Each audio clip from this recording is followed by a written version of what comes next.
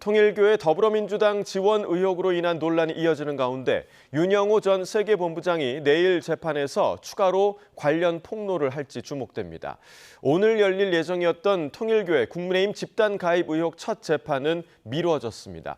취재기자 연결해서 자세히 알아보겠습니다. 이준엽 기자. 네, 서울 광화문 김건희 특검 사무실입니다. 네, 통일교의 민주당 지원 의혹이 잦아들지 않는 모양새죠. 네, 윤영호 전 통일교 세계본부장이 자신의 청탁 혐의 재판에서 처음 공개적으로 꺼냈던 이야기인데요.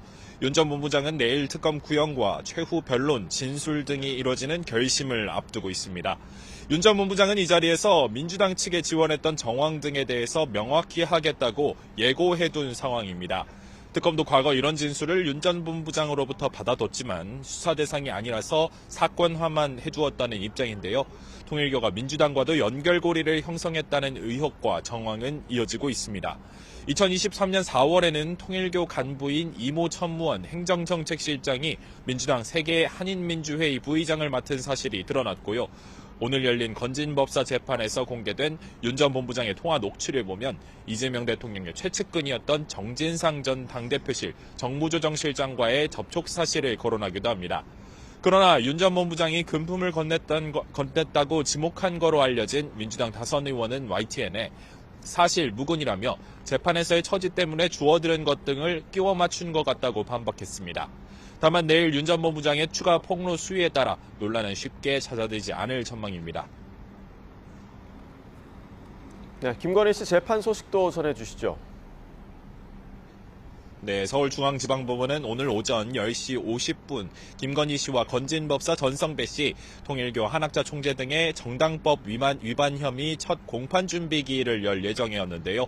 변호인 측 기록 열람과 복사가 늦어지면서 재판이 미뤄졌습니다. 김 씨는 전 씨와 공모해서 2023년 국민의힘 전당대회를 앞두고 통일교 교인들을 집단 입당시킨 혐의를 받습니다. 이에 한 총재는 통일교 정책 지원과 교단 몫의 비례대표 자리 등을 약속받아서 실제 2,000명대 규모의 교인을 국민의힘에 입당시킨 걸로 특검은 보고 있습니다. 김 씨의 다른 자본시장법 1심도 같은 재판부가 맡고 있는데요. 징역 15년에 벌금 20억 원 구형이 이뤄져서 내년 1월 28일 선고만 앞두고 있습니다. 네, 이런 가운데 특검이 최재형 목사를 소환했다고요? 네, 특검은 조금 전 오전 10시 반부터 최재형 목사를 디올 가방 수수 의혹과 관련해서 참고인 신분으로 불러서 조사하고 있습니다.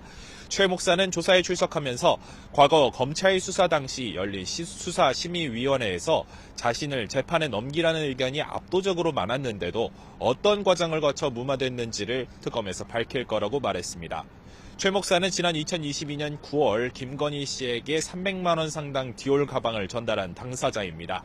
논란이 불거진 이후 수사도 이뤄졌지만 지난해 10월 서울중앙지방검찰청은 김 씨에 대해서 청탁금지법 위반 불기소 처분했습니다.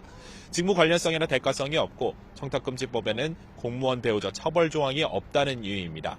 특검은 디올 가방 의혹을 비롯해 김 씨에 대한 윤석열 정부 당시 검찰 수사 기록을 들여다보고 있는 만큼 최 목사에게 당시 부실 조사가 없었는지 따져 물을 것으로 보입니다.